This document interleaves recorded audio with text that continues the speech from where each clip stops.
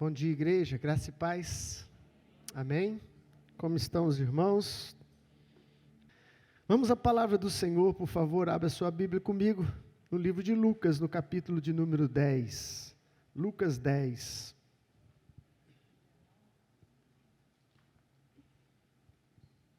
Nós vamos ler dos versículos 25 ao 37, essa é uma das parábolas de Jesus, muito profunda essa parábola. Ela é tão profunda que existem várias interpretações para ela.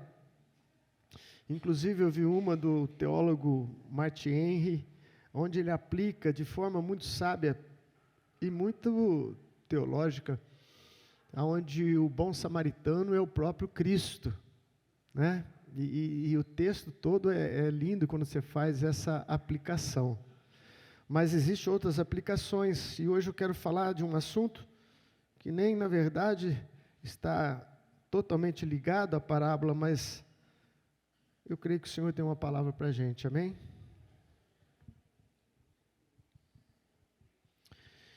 Lucas 10, verso 25 em diante, diz assim a palavra do Senhor: certa ocasião, um perito da lei levantou-se para pôr Jesus à prova e lhe perguntou: mestre, o que preciso fazer para herdar a vida eterna? O que está escrito na lei? Respondeu Jesus. Como você a lê? E ele respondeu: ame o Senhor, o seu Deus, de todo o seu coração, de toda a sua alma, com todas as suas forças e de todo o seu entendimento. E ame o seu próximo como a si mesmo. Disse Jesus: você respondeu corretamente. Faça isso e viverá. Mas ele, querendo justificar-se, perguntou a Jesus: e quem é o meu próximo?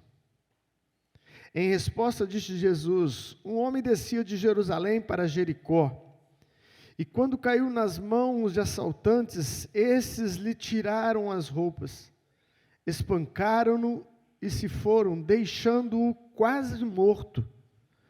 Aconteceu estar descendo pela mesma estrada um sacerdote. Quando viu o homem, passou pelo outro lado. E assim também um levita, quando chegou ao lugar e o viu, passou pelo outro lado. Mas um samaritano, estando de viagem, chegou onde se encontrava o homem, e quando viu, teve piedade dele, teve misericórdia dele. Aproximou-se, enfaixou-lhe as feridas, derramando nelas vinho e óleo, e depois colocou-o sobre o seu próprio animal. Levou-o para uma hospedaria e cuidou dele. No dia seguinte, deu 2 denários ao hospedeiro e lhe disse: cuide dele.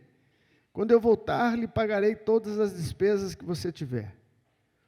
Qual desses 3 você acha que foi o próximo do homem que caiu nas mãos dos assaltantes? Aquele que teve misericórdia dele, respondeu o perito da lei. E Jesus lhe disse: vá e faça o mesmo. Até aqui, palavra do Senhor. Pai, obrigado mais uma vez, Senhor, pela tua santa, rica e poderosa palavra. Que a gente possa, Senhor, novamente sermos alimentados nessa manhã pelo pão da vida, em nome de Jesus. Amém. Hoje o tema que eu quero tratar com vocês é um tema que fala sobre decisões. Decisões. Decisões firmadas em princípio. Este é o tema. E o texto que nós lemos é um texto que leva-nos a refletir acerca de várias coisas, inclusive o fato de termos que tomar decisões na vida. Decisões. Na verdade, nós tomamos decisões desde o momento que acordamos no nosso dia a dia. Decisões que às vezes já estão no automático do nosso cotidiano, da nossa vida, e a gente nem se apercebe tanto, mas nós decidimos. Não é assim? Quando o despertador toca, às 5h30 ou 6 horas, eu não sei qual é o horário de todos, você tem a sua primeira decisão. Levanto ou dou um tapa nele? Ou então, alguns colocam uma segunda opção, colocam vários minutos a mais ali daquele momento de despertar, né? Então, tocou às 5h30, ela continua, né? Porque ela sabe que daqui 10 minutos vai ter um outro toque. E ela ganhou mais 10 minutos, né? Mas, por fim, ela tem que tomar uma decisão, né? Levanto ou não levanto? Vou ao trabalho ou não vou? Vou à faculdade ou não vou? Não é? E assim começa o nosso dia, com decisões.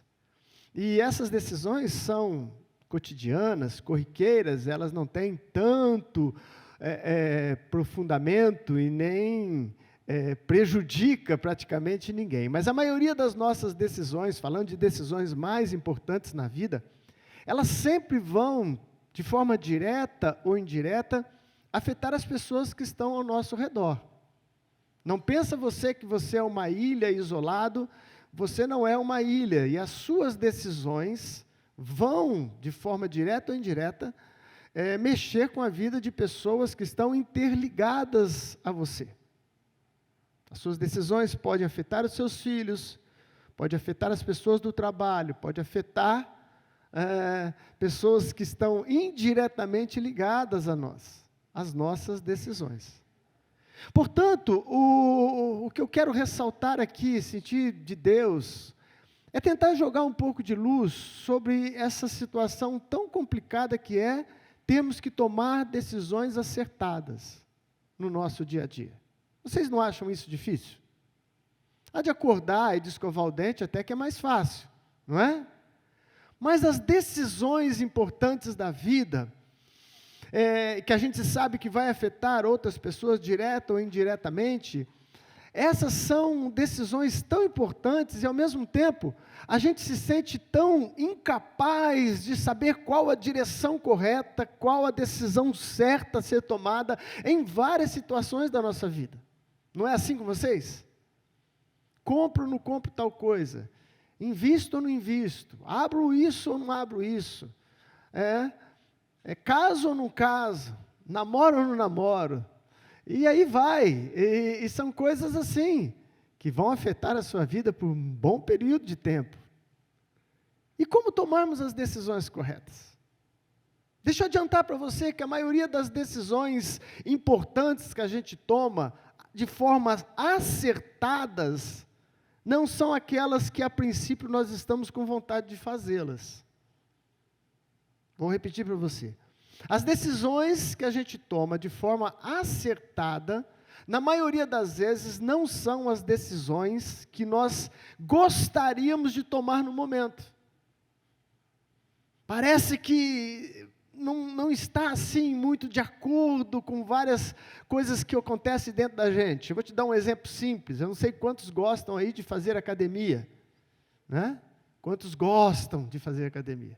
Agora, se eu perguntar quantos fazem academia, talvez tenha mais mãos levantadas, não é? Eu estou fazendo academia, mas se eu falar para você que eu gosto, eu não gosto.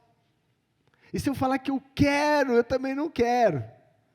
Mas eu sei que eu preciso fazer. Então eu tenho que tomar uma decisão. Ir ou não ir. E isso são todos os dias, a gente toma essas decisões. E a gente reluta em ir, até que você fala, não, eu vou, porque eu tenho que ir, eu preciso ir, então eu vou. E aí quando você vai, você pratica ali os exercícios necessários, o teu corpo corresponde de forma positiva, faz bem para você, e você fala, puxa, que bom que eu vim. Não é assim? Ou só eu que tenho isso? Cadê meu povo? Está aqui? Quem faz academia aí? Levanta a mão, vamos ver. É que também não tem tantos fazendo academia, né?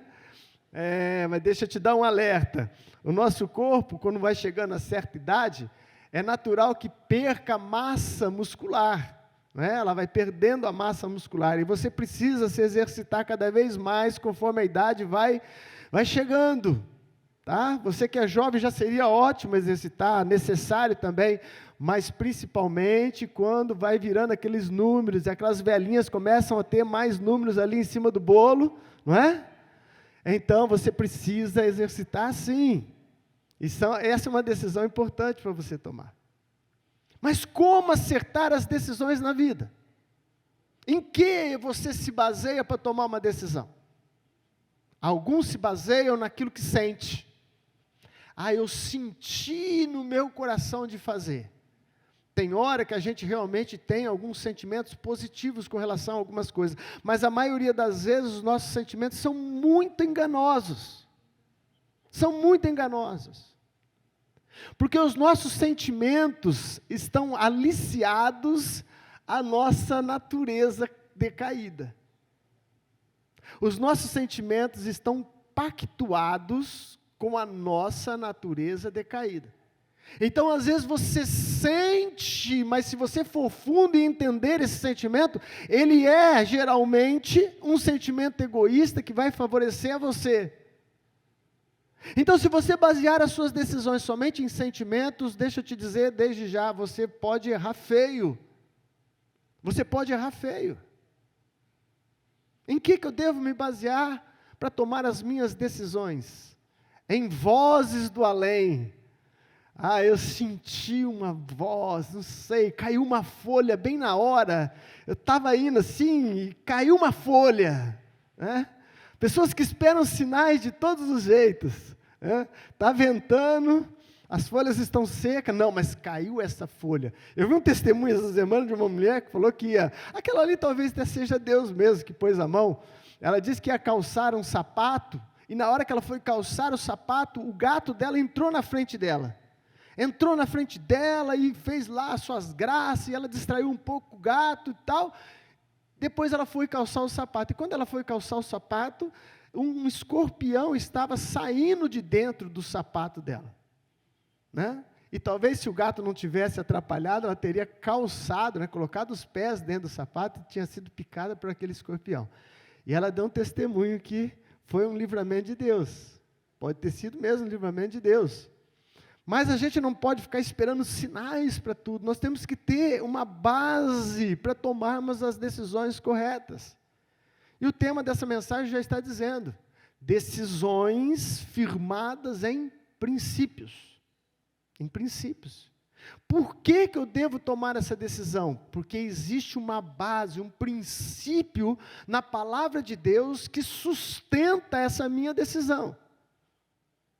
Se assim o fizermos, amado, nós não vamos errar as nossas decisões. E essa história que nós lemos é a história de 3 homens que tomaram decisões. Não foi isso? Havia ali um incidente, alguém foi atacado por um assaltante, e passou por ali homens que deveriam, ser aqueles que deveriam socorrer a pessoa, porque eram homens religiosos. Passou um sacerdote, passou um levita, e depois passou um viajante. E os 3 tiveram a oportunidade, mas só um decidiu certo. Só um decidiu certo. E é isso que eu quero compartilhar com vocês hoje. Através desse texto aqui, aprendemos como tomarmos decisões corretas. Amém? Eu acho que é um tema bem importante, não acha? Então mantenha o seu coração e a sua mente aqui em nome de Jesus. Quais são os princípios nos quais eu devo firmar as minhas decisões? Eu vou te apresentar 5 princípios, e em cada um deles, baseado nesse texto, eu vou reforçar com o texto bíblico, a fim de que você entenda que isso está na Bíblia, é um princípio de Deus, e que você pode se firmar nele, em nome de Jesus. Primeiro deles, e tão importante, pessoas são mais importantes do que coisas. Pessoas sempre são mais importantes do que coisas. Estava lá um homem ferido, e diz o texto que ele estava quase morto. Era um estado grave que deixaram aquele pobre coitado, um judeu, não é? Vale a pena ressaltar que ele era um judeu, porque o contexto todo vai nos mostrar o porquê. E este homem estava quase morto, ferido, mas o sacerdote passou e mudou de direção. Mudou de calçada. Quem já mudou de calçada aí? Levanta a mão. Não precisa levantar, não. Eu já mudei de calçada. Você já mudou de calçada, meu irmão? Acho que quase todos nós já mudamos de calçada. porque há ali uma necessidade, ou talvez um necessitado, ou talvez esse necessitado de alguma forma nos assusta, nos intimida, e de repente você fala, não vou arriscar, eu vou mudar de calçada, não é? O sacerdote passou e viu um homem necessitado e mudou de calçada, passou ao largo, passou longe. Depois o levita também passou, viu, o levita ainda diz o texto que ele viu o homem, reforçou que ele tinha conhecimento e ainda assim resolveu desviar-se dele. E houve um terceiro que sim, um viajante então socorreu. Deixa eu te dizer uma coisa, meu irmão, essa situação exposta nessa parábola é a nossa situação diária. Todos nós somos tentados a olhar para um necessitado ou por uma necessidade de alguém e falar assim, outro vai vir socorrer, outro vai fazer. Talvez o sacerdote e o levita pensou assim, outro vai passar por aqui, outro resolve, o outro tira, o outro faz. Você vê uma casca de banana na rua, na calçada, e você passa e sabe que isso é perigoso, mas você fala, não, o próximo que passar, tira. O próximo que passar, tira.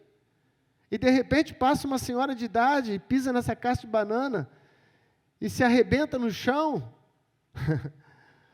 porque talvez não deu tempo para o próximo passar, ou talvez também o próximo era o outro levita, que olhou assim, e falou assim, não, eu estou com pressa. A segunda coisa que sempre nos leva a tomar decisões erradas e não fazer aquilo que o Senhor quer que a gente faça é a pressa. E olha que eu estou ministrando para mim também hoje. Nós estamos sempre apressados, sempre correndo para todo lado. Nós nunca temos tempo. Quem sabe esse sacerdote e esse levita estavam atrasados para a reunião da igreja. Eles eram pessoas que trabalhavam no ministério, o sacerdote, o levita que cuidava da casa do Senhor, cuidava da parte eclesiástica, e talvez eles falaram, não, eu tenho coisa mais importante para fazer, tem pessoas me esperando, eu não posso perder esse tempo, porque eu socorreria uma pessoa, mas tem 500 pessoas na minha igreja que estão me esperando.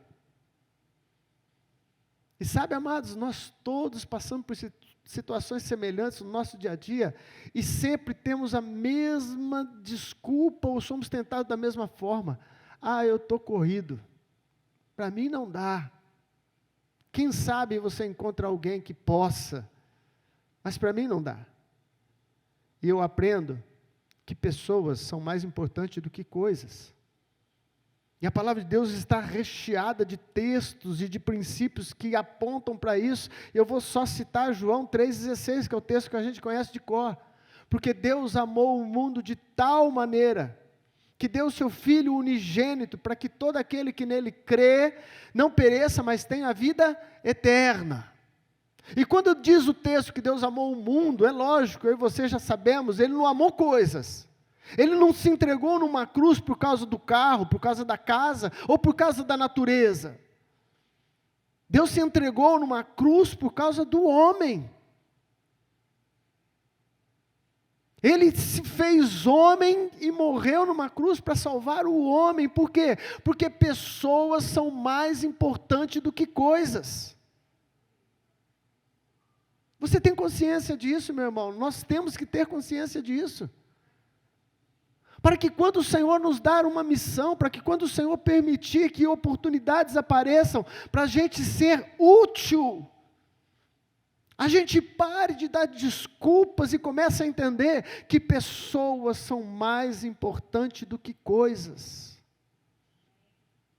Coloque as pessoas em prioridade na tua vida, meu irmão. Deus morreu pelas pessoas. Deus morreu pelas pessoas. E não adianta nada nós virmos na igreja, não adianta nada nós sermos religiosos e não tivermos centrados nos princípios de Deus e tomarmos as decisões que são esperadas da gente. Você vai ter pessoas perto de você precisando e você tem que colocar esse princípio em prática. Devo ou não devo socorrer? Devo, porque pessoas são mais importantes que coisas. Mas você vai perder tempo. Vai perder. Talvez você vai perder recursos. Nós vamos falar sobre isso também. Às vezes vamos perder. Mas eu vou tomar uma decisão firmada em princípio. Firmada em princípio. Vocês perceberam nesse texto que a dificuldade deste religioso, desse perito da lei, não estava no primeiro ponto. Porque Jesus disse para ele: como você lê? Como você entende a Bíblia? Ele entendeu de forma muito perfeita. Este homem veio com uma pergunta para Jesus, uma pergunta para pôr Jesus em prova, para tentar Jesus. Havia uma malícia na sua pergunta, mas Jesus, sabendo que havia malícia, não se irritou com isso, porque apesar da malícia dele, a pergunta foi pertinente e a resposta foi correta. E foi uma grande oportunidade que Jesus encontrou para jogar luz nesse tema tão importante, que é amar o próximo. E então ele falou: olha, amarás o Senhor teu Deus de todo o teu coração, com toda a tua alma, com toda a tua força e com todo o teu entendimento. É o ser completo. Deus espera a entrega completa de cada um de nós, amém? E depois ele completa de forma perfeita: e amarás o teu próximo como a ti mesmo. Mas qual era o problema que ele tinha? Com o segundo mandamento. Por quê? Porque então ele faz uma segunda pergunta: mas quem é o meu próximo? E o texto diz que ele faz a pergunta para se justificar. Ou seja, essa parte eu não estou fazendo, meu Senhor, porque eu não sei quem é o meu próximo. Quem é o meu próximo? Minha esposa? A minha filha? Esses são os meus próximos? Jesus disse assim: se você amar só aqueles que te amam, que recompensa tereis? Que recompensa tereis? Os traficantes amam as suas famílias. Os bandidos, os doidos, eles matam os filhos dos outros, mas amam os filhos deles. Que recompensa tereis?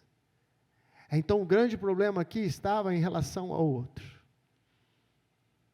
Primeira decisão baseada num princípio: pessoas são mais importantes do que coisas. Segundo princípio explícito nesse texto e também em toda a palavra de Deus: misericórdia e compaixão são as maiores características do cristão. Misericórdia e compaixão são as maiores características que deve haver na vida de um cristão. Esse samaritano, quando viu o homem, diz que ele teve piedade, ele teve misericórdia. Mas deixa eu te dizer uma coisa: talvez ele não tenha sentido este amor todo por ele. Por quê, bispo? Porque ele era um samaritano. Os samaritanos não falavam com os judeus. Os samaritanos eram brigados com os judeus. Os judeus chamavam os samaritanos de cachorros. Isso é uma história que está relacionada lá na origem do povo judeu, num período lá dos reis, né? Em que Samaria era a capital de Israel, e o povo de Samaria, né, que depois se tornou os samaritanos, em um determinado período, eles se mesclaram demais com os gentios, casaram e deram em casamento as suas filhas e filhos com mulheres de outros povos. E o judeu tinha uma lei, um estatuto que eles seguiam de não se misturar com os outros povos. Então eles consideravam os samaritanos um povo misturado, e não consideravam eles judeus legítimos. Era uma raça, um povinho, chamavam eles de cachorro. Então agora eu quero que você se coloque no lugar desse samaritano. Talvez ele não sentisse este amor todo por aquele judeu que estava ferido à beira do caminho. Mas ele tomou uma decisão. Ele parou e foi em direção ao homem para o socorrê-lo. Por que ele tomou essa decisão? Porque provavelmente ele sabia que misericórdia é um princípio estabelecido da perfeita vontade de Deus. Posso ouvir um amém? Toda a Bíblia fala sobre isso, mas eu separei só um texto para você, que está lá em Oséias. Oséias, capítulo de número 6, versículo de número 6. Acho que está sendo projetado aí para vocês. Que diz assim: pois desejo misericórdia e não sacrifícios, conhecimento de Deus em vez de holocaustos. profeta Oséias é um tempo em que a religião permanecia estabelecida em Israel, mas a justiça, o amor, a misericórdia tinham sido banidos do meio da sociedade.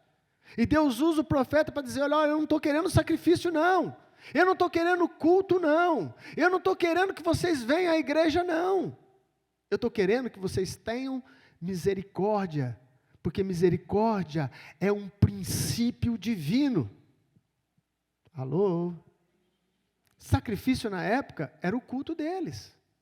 Ele está dizendo, não estou querendo sacrifício, eu não estou querendo esse tipo de culto. Se vocês não estão dispostos a exercer misericórdia. Meu irmão, toma as decisões baseadas nos princípios da palavra de Deus. E misericórdia é um princípio estabelecido por Deus. Quando você estiver diante de uma situação em que você tem que escolher vingança ou misericórdia, o que você escolhe? Misericórdia. Quando você está diante de uma situação em que te feriram, o que você escolhe? Ficar magoado ou exercer misericórdia? Mas será que fazemos isso na prática? Será que fazemos isso na prática? Quando você encontra alguém necessitado, você, e como todos nós, é aquele que puxa um currículo da pessoa na sua mente antes de exercer misericórdia.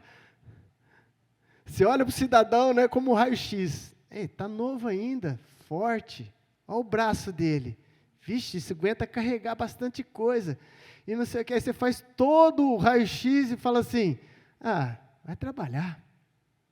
Ou você consegue entender, às vezes, a dificuldade de alguém, que por inúmeras razões ainda não conseguiu esse trabalho, como por exemplo, essas pessoas que estão pedindo aí fora, que são venezuelanos, e outros de outros povos que estão aqui, fugindo de um sistema opressor, como é que eles se encaixam nessa sociedade, como é que eles conseguem trabalho?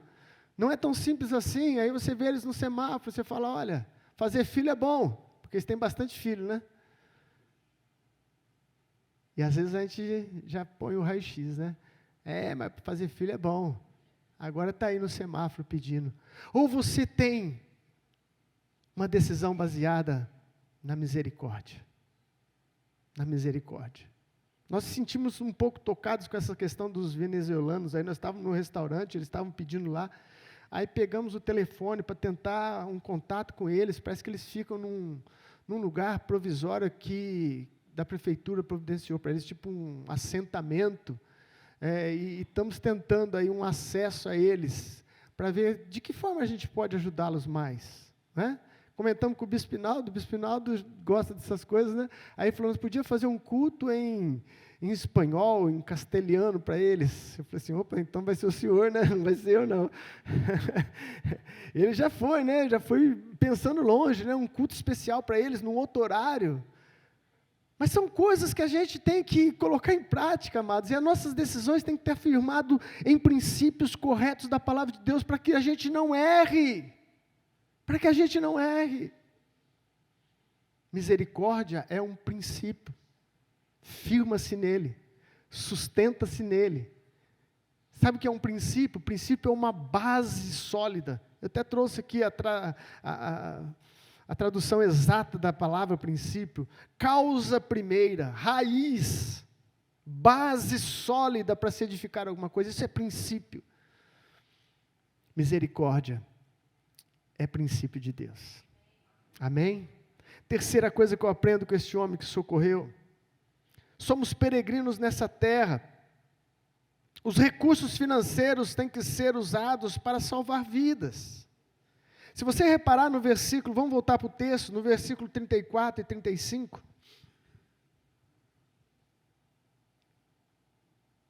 Aproximou-se, enfaixou-lhe as feridas, derramando nelas vinho e óleo. Depois colocou sobre o seu próprio animal, levou para uma hospedaria e cuidou dele. Essa parábola, Jesus não define quem é este homem, mas diz que ele é um viajante. Eu acho que de propósito o Senhor usou este termo. Ele é um peregrino, ele é alguém que não está fixado em um lugar, ele é alguém que está indo, ele está de passagem. Por quê, meu querido? Porque isso é um princípio da palavra de Deus também para a minha vida e para a sua. Pois a Bíblia aponta que todos nós somos peregrinos nessa terra. Aqui não é o nosso lar, aqui não é a nossa morada perpétua. A tua casa que você mora não será a mesma na eternidade. Cuide dela, é bom ter uma casa bem cuidada, mas ela não vai permanecer para a eternidade. Nós teremos outras moradas, outros alicerces, outras construções, porque nessa terra somos peregrinos. Bispo, qual a importância disso? Tem tudo a ver, porque a gente se liberta de muitas coisas que nos prendem. Vai ficar tudo aí, meu querido, todos nós sabemos. Só falta fazer o que a OLX fala, né? Desapega, desapega, desapega. Todos nós sabemos, mas não conseguimos a segunda parte. Desapega, desapega, desapega. Somos peregrinos. E este homem que socorreu teve que colocar recursos, meu irmão. Aquilo que nós temos nessa terra tem que ser usado em prol do reino de Deus e para alcançar vidas e para ajudar pessoas. Nós temos que romper essa barreira, porque senão nós nunca vamos cumprir esse segundo mandamento. Amarás o teu próximo como a ti mesmo. Você não deixa se passar por aflições. Você não deixa se ficar com fome, faminto.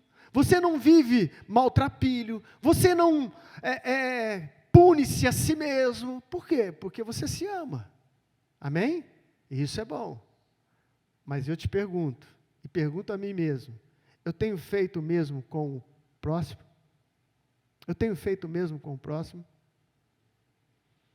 Nós estamos de passagem, e meu querido, não tem como você tomar as decisões corretas em direção ao outro, sem que às vezes lhe custe algo. Vai te custar alguma coisa, meu irmão. Talvez não seja uma fortuna, mas alguma coisa você vai ter que colocar para poder amar o próximo como a si mesmo. Às vezes não é nem dinheiro, é o seu tempo. Deixa eu aproveitar que ele não está no culto hoje e fazer uma situação dele, né? Aí ele não fica com vergonha, né? O nosso irmão Lucas é engenheiro, né? Engenheiro de obras. E na construção aqui, ele deu uma oferta para a construção. Mas ele sentiu que a oferta dele era pequena para resolver todos os problemas. Então ele fez, ele mesmo, ninguém cobrou isso dele, ele fez um voto com Deus e falou assim, olha, já que eu não tenho muito recurso financeiro, eu vou ajudar na obra. Eu vou estar lá para ajudar eles nessa construção, porque eu conheço um pouco. E esse menino trabalha à noite no hospital, gente. Ele é enfermeiro, é a sua segunda profissão. E aí ele começou a vir, trabalhava no hospital à noite e vinha para cá cedo, ajudar na reforma da igreja. Aí você pensa assim, não, ele ficou coordenando? Não, ele estava com a mão na massa, ele estava lavando o chão, lavando o piso, fazendo massa, subindo no telhado.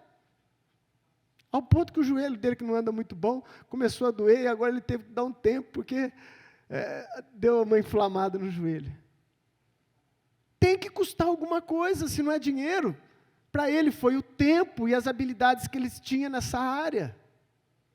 Meu irmão, para a gente amar o próximo como a nós mesmos, tem algum preço a ser pago. Tem algum preço a ser pago. E você tem que tomar a decisão. Toma a decisão baseada no princípio correto da palavra de Deus.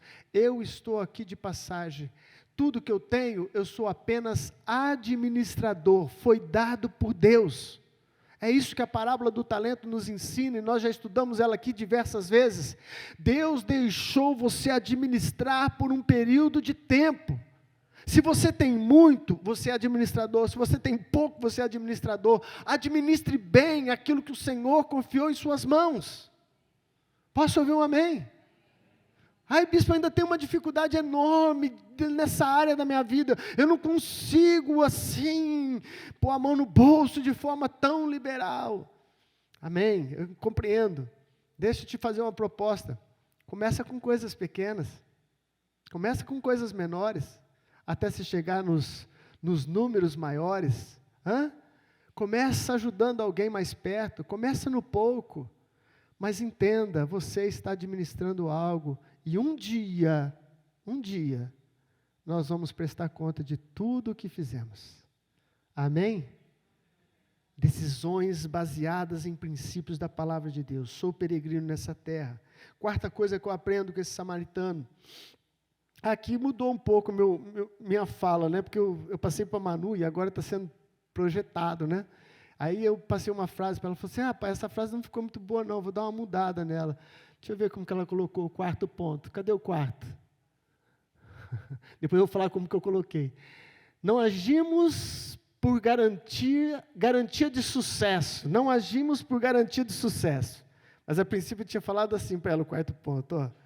Devemos fazer o que é certo, não porque vai dar certo, mas porque é o certo de se fazer. Ela falou assim, nossa pai, que embaralhada que você deu aí. Mas eu vou repetir devagar. Devemos fazer o que é certo, não porque isso possa dar certo, mas porque é o certo de se fazer. Em outras palavras, nós fazemos o que é certo, não é porque isso é certeza de sucesso para a minha vida, mas porque é o certo de se fazer. E ponto. Eu tomo, você toma, nós devemos tomar as nossas decisões na vida baseado em princípios da palavra de Deus. E a palavra de Deus nos diz que nós devemos fazer o certo, mesmo que tenha um preço ainda mais alto a ser pago por este certo. A palavra de Deus está cheia de exemplos como este, meu irmão. Este homem, esse viajante, diz que ele parou, atendeu o homem, dispôs de recurso, diz que enfaixou aquele homem, colocou uma atadura nele, colocou um curativo. Eu não sei se ele carregava uma faixa para isso, ou se ele rasgou a própria camisa, ou uma própria roupa que ele tinha na sua bagagem. Eu só sei que ele colocou recurso, ele colocou tempo, e não sei se vocês perceberam, ele teve que dormir, ele perdeu uma noite ali nesse atendimento. E ele só pôde sair no outro dia. Ou seja, talvez ele perdeu alguma coisa, ele perdeu um negócio, ele perdeu uma reunião, mas ele fez o que era certo, mesmo se isso não daria muito certo para ele mesmo, mas ele fez o certo. Paulo e Silas também fizeram certo, acompanha comigo esse texto, Atos capítulo 16, versículo 18 e 19, você vai entender agora. Atos 16, versículo 18 e 19 diz assim. Ela continuou fazendo isso por muitos dias. Finalmente Paulo ficou indignado, voltou-se e disse ao Espírito, em nome de Jesus Cristo eu lhe ordeno que saia dela. E no mesmo instante o Espírito a deixou. Percebendo que sua esperança de lucro tinha se acabado, os donos da escrava agarraram Paulo e Silas e o arrastaram para a praça principal diante das autoridades. Abreviando aqui essa história que é longa, Paulo e Silas estavam pregando o evangelho e acompanhava eles uma mulher que era uma vidente. Uma mulher que começava a dizer, esses homens são homens de Deus. Essa mulher ia acompanhando Paulo e Silas. Ela tinha um espírito maligno nela que trazia algum tipo de revelação. E Paulo foi fazendo a obra de Deus, até que chegou esse momento que eu li para vocês, que ele ficou indignado, olhou para a mulher, repreendeu o demônio que estava nela, e a moça foi liberta. Isso é certo ou errado, gente? É certo. E é o certo a se fazer, não é? Mas trouxe problema para Paulo e Silas. O certo não se tornou sucesso para eles, porque o dono da escrava, quando percebeu que perdeu o seu lucro, ela trabalhava para ele, ganhava dinheiro para ele, adivinhando coisas. Pegou Paulo e Silas, arrastou para a praça, e depois você vai ler todo esse texto, eles vão parar numa prisão depois de serem açoitados de forma cruel. Açoitados de forma cruel. É assim, meu irmão, nessa vida. Nós não somos chamados só para ter, receber, ou receba. Não, tem hora que a gente pede, mas fazemos o que é certo segundo os princípios da palavra de Deus. Porque nós não estamos buscando somente sucesso, estamos buscando tomarmos decisões certas que agradam o nosso Deus. Que agradam o nosso Deus. Portanto, se prepare, meu irmão. Nem todos os atos certos da gente resultam em sucesso. Mas não deixe de fazê-los. Porque essa é uma decisão correta de ser feita em nome de Jesus. Amém? Em último lugar, nessa história fantástica do bom samaritano, cristianismo é prática e não teoria. Cristianismo é prática e não teoria. Aquele perito da lei, volta para o texto. Aquele perito da lei, depois de ver toda essa abordagem de Jesus, Jesus pergunta para ele: qual dos três você acha? Qual dos três você acha que foi o próximo do homem? E ele deveria ter respondido: o samaritano. Mas ele tinha tanta birra do samaritano que ele se contorceu, mas não falou que foi samaritano. A resposta dele foi a seguinte: aquele que teve misericórdia dele, que era o samaritano. E Jesus então olha para ele e diz o quê? Vá e faça o mesmo. Vá e faça o mesmo. Amados, cristianismo é vida prática lá fora. Cristianismo, se nós pudéssemos resumir cristianismo, cristianismo é relacionamento. É relacionamento. Não adianta você ser bom teólogo, não adianta você conhecer todas as leis da palavra de Deus, não adianta você ser PhD em teologia, porque você vai ter que praticar isso lá fora, meu irmão.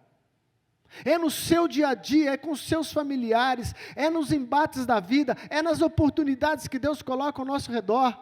E Deus diz para mim e para você: então vai e faça.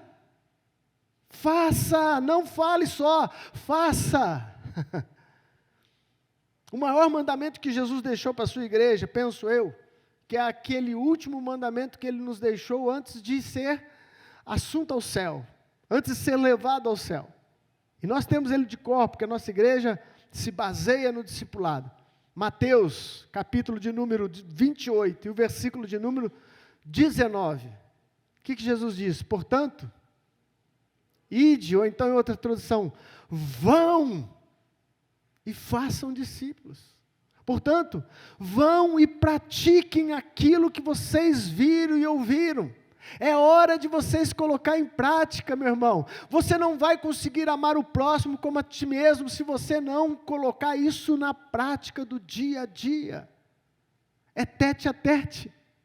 É vencendo as diferenças. É perdoando e sendo perdoado. É amando, é esperando de tudo, porque é assim que funciona. Certa vez eu falei com um amigo meu, eu estava um pouco cansado de ajudar as pessoas e só receber ingratidão de volta, né? Eu tenho um amigo que ele é muito sábio, mas ele não é da igreja. Olha que coisa gozada. Ele não é da igreja, mas é um servo de Deus. Deus vai pegar ele, numa hora ele vai chegar, em nome de Jesus. E ele me deu um conselho muito sábio. Ele falou assim: Éder, sabe o que disse Madre Teresa de Calcutá? Quem já ouviu falar de Madre Teresa de Calcutá? Aquela freira que entregou a vida para ajudar pessoas, não é? Eu falei assim: eu já ouvi alguma coisa, mas o que ela disse? E ele me falou assim: ela disse o seguinte: queres fazer o bem? Se prepare para a ingratidão. Uau! E aquilo me confortou na hora. Eu falei assim: é isso? Relacionamento é isso. Queres fazer o bem? Se prepare para a ingratidão. E ainda assim, ame, perdoe, faça, haja em o nome de Jesus. Você tem tomado decisões baseadas em quê? Naquilo que sente, em sinais, naquilo que ouve. Eu te aconselho hoje, com toda a simplicidade, baseia-se nos princípios da palavra de Deus, sentindo ou não sentindo. Eu não estou sentindo misericórdia por essa pessoa. Faça sem sentir essa misericórdia. Porque amor não é sentimento. Amor é ação. E quando a gente se dirige em direção ao outro para dar este amor, provavelmente depois vem junto todo esse sentimento que você queria sentir. Mas quando você age, então as coisas começam a acontecer. Vamos ficar de pé no nome de Jesus. Eu quero te contar um testemunho que eu já contei, mas que talvez algumas pessoas não ouviram, e que foi muito marcante na minha vida e na vida de todos que estavam conosco, né? Nós estávamos fazendo uma viagem, íamos fazer uma viagem, na verdade, estávamos indo para São Paulo para pegar um avião. E estávamos, eu, o Bispo Pinaldo, a pastora Alana, a minha esposa Etel e a Carol. O carro estava cheio. Estávamos indo para São Paulo e por algum motivo saímos um pouco atrasado, não lembro agora quais foram os detalhes. E voo, vocês sabem como que é, né? Tem que chegar, tem todo aquele tempo de antecipação e etc. Então nós saímos ali de casa, que é mais caminho em Bonfim Paulista, e fomos sentido Cravinhos e íamos pegar Anhanguera por Cravinhos ali. E quando estávamos indo, eu vi um carro que estava descendo, ali tem uma descida muito forte, se desgovernou e capotou o carro. Mas foi uma coisa tão rápida e tão diferente, que ele capotou e entrou no mato do acostamento, e o mato estava tão alto que tampou o carro. Então, eu olhei aquilo e falei assim, ué, aquele carro tombou. Aí eu falei para o pessoal que estava dentro do carro, o pessoal falou assim, tombou? Eu não vi, ninguém tinha visto, porque foi muito rápido. Eu falei, não, tombou um carro ali. Aí eu encostei, né, para tentar ver o que fazer, ali é uma pista dupla, não dava para passar para o outro lado, e eu pensei, vai aparecer alguém para socorrer. Né? Talvez eu pensei como esse sacerdote, esse levita, alguém vai socorrer, mas eu estou atrasado. Eu estou atrasado. E fiquei olhando, mas ninguém viu o acidente. Ninguém parava porque não viu, não dava para ver, o carro entrou para o meio do mato, e vida que segue. A pista estava livre, não tinha nenhum sinal, não tinha nada. Eu falei, gente do céu. Aí comentamos entre nós, estava todo mundo dentro do carro, o que a gente faz? E todo mundo falou assim, nós temos que socorrer, nós temos que voltar. É isso mesmo, vamos voltar. Tocamos o carro, pegamos um retorno lá na frente, voltamos para socorrer esse homem que estava acidentado. E aí paramos, entramos lá, e lá estava o carro, no meio do mato. Eu não tive uma visão, não, uma miragem, não, estava lá mesmo o carro. Né, socado no meio do mato, tombado, com as rodas para cima, e eu não achava o condutor, não achava ninguém dentro do carro. Eu falei assim, ué, mas cadê o homem que estava dirigindo esse carro? Aí eu ouvi um gemido, ele estava debaixo do carro. Não, talvez estava sem cinto, não sei exatamente, sei que nesse tombar e capotar, o homem foi parar debaixo do carro. Aí começou aquela loucura, nós falamos, e agora o que a gente faz? Chamamos a Carol, chamamos a Etel. Aí eu e o Bispo Pinaldo conseguimos aliviar o carro, né? Para exagerar, eu falei que nós erguemos o carro, né? Mas não chegamos a erguer, não. Mas nós conseguimos aliviar, de alguma forma, que deu para puxar o homem. Aí a Carol e a Etel conseguiu puxar esse homem pelos pés, tiramos debaixo do carro. E começou ali os primeiros socorros, né? Banando ele para respirar, ele estava bem machucado. E aí, nisso, paramos mais carro na pista, começou a chegar mais gente para socorrer. E o Bispo Pinaldo deixou um folheto no bolso dele, evangelizou o homem quase morrendo, né? Literalmente ele estava como esse texto do samaritano, que estava quase morto. O Bispo Pinaldo colocou um folheto no bolso dele, né? Falou, vai que, né? Dá tempo dele ler, né? E percebemos então que chegou socorro, depois já acionaram uma ambulância, e dali então nós seguimos viagem, e foi a viagem toda esse comentário desse acidente. Não, mas que coisa, como é que pode? Como é que você viu? Como é que a gente conseguiu ser um instrumento de Deus ali para salvar aquele homem? Aquele homem ia morrer, porque ninguém sabia que ele estava ali. Ele ia morrer. E Deus usou a gente. Talvez, amados, você não vai ter uma oportunidade de salvar alguém num acidente, né? Nem todo mundo tem essa situação. Mas eu tenho certeza que pessoas perto de você estão quase morrendo. Estão quase morrendo.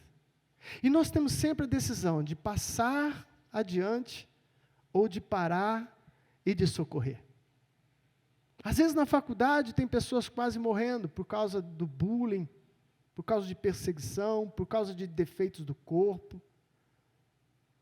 Isso parece não doer muito na gente, que já é mais maduro, gente, mas para um adolescente, você agredir ele com defeitos físicos é uma coisa que mata. Que mata. E eu conheço muita gente que sofre com isso. E às vezes estão perto da gente, a gente tem uma palavra, a gente tem uma graça de Deus para ser suporte, para ser presente, para socorrer, para atender. Talvez você não vai ter um acidente, mas com certeza, Deus vai sempre preparar alguém para você ajudar. E aí você tem sempre a escolha de tomar a sua decisão. Ajudo, ou então alivio o meu fardo e deixo para o outro. Talvez não tenha o outro. E talvez lá na frente a gente possa se arrepender muito de não ter sido esse instrumento de Deus na vida de outros. Amém? Portanto, toma decisões baseadas em princípios da palavra de Deus. Seja alguém parecido com esse samaritano, que exerce misericórdia, que entende que pessoas são mais importantes do que coisas, que entende que estamos de passagem nessa terra, somos peregrinos, e tudo que temos deve ser usado também para gerar vida, para salvar vidas. Faça como ele, mesmo que tenha um preço a ser pago, e que não vai ser tão tranquilo para você, faça o que é correto. E em último lugar, pratica, meu irmão. Só teoria não muda nada. Vá em frente, seja esse instrumento de Deus, em nome de Jesus. Amém? Gostaria de orar com vocês. Essa palavra, como eu disse, é para nós, e eu me encaixo nisso, porque apesar que naquele acidente que eu contei o testemunho, nós tivemos essa oportunidade e fomos felizes em ajudar. Já houve inúmeras situações em que eu também passei pela outra calçada. E talvez você também se lembre agora de momentos que você passou para outra calçada. Mas o Senhor, na sua infinita misericórdia, nos trouxe esse despertamento nessa manhã. Curva a tua cabeça em nome de Jesus. E fala com Deus. Quem sabe o Senhor te fez lembrar agora de uma situação em que, além de você passar para outra calçada, você foi o causador do caos. Você foi alguém que criticou, você foi alguém que apontou o defeito, você foi alguém que magoou outra pessoa de propósito. Não era uma brincadeira, era um dardo inflamado, era algo que você queria produzir, uma mágoa que você queria gerar. Mas hoje o Senhor te dá a graça de se arrepender, hoje o Senhor te dá a graça de entender que esses 2 mandamentos são os mandamentos que diz na sua palavra, que vão lhe trazer vida eterna. Amar a Deus e amar o próximo. E nós estamos sempre precisando de corrigir a nossa rota, principalmente no quesito amar o próximo. Ô Senhor, fale conosco mais uma vez. Senhor, nos desperte a partir de hoje, Pai. Que não fique mais uma mensagem, Senhor, arquivada no nosso subconsciente, mas seja hoje momento de decisão. Seja hoje, Senhor, o momento em que cada um de nós vamos dizer: eu vou ser aquele que socorre, eu vou ser aquele que anda e busca resolver a situação, eu vou ser aquele que vai dar alívio ao outro, eu vou ser aquele, porque o Senhor tem me capacitado, o Senhor tem me dado recursos, eu não vou morrer com esse recurso, eu vou usá-lo para a honra e glória do Senhor, eu quero ser um instrumento de Deus, eu quero valer a pena ter vivido este tempo que o Senhor tem me dado.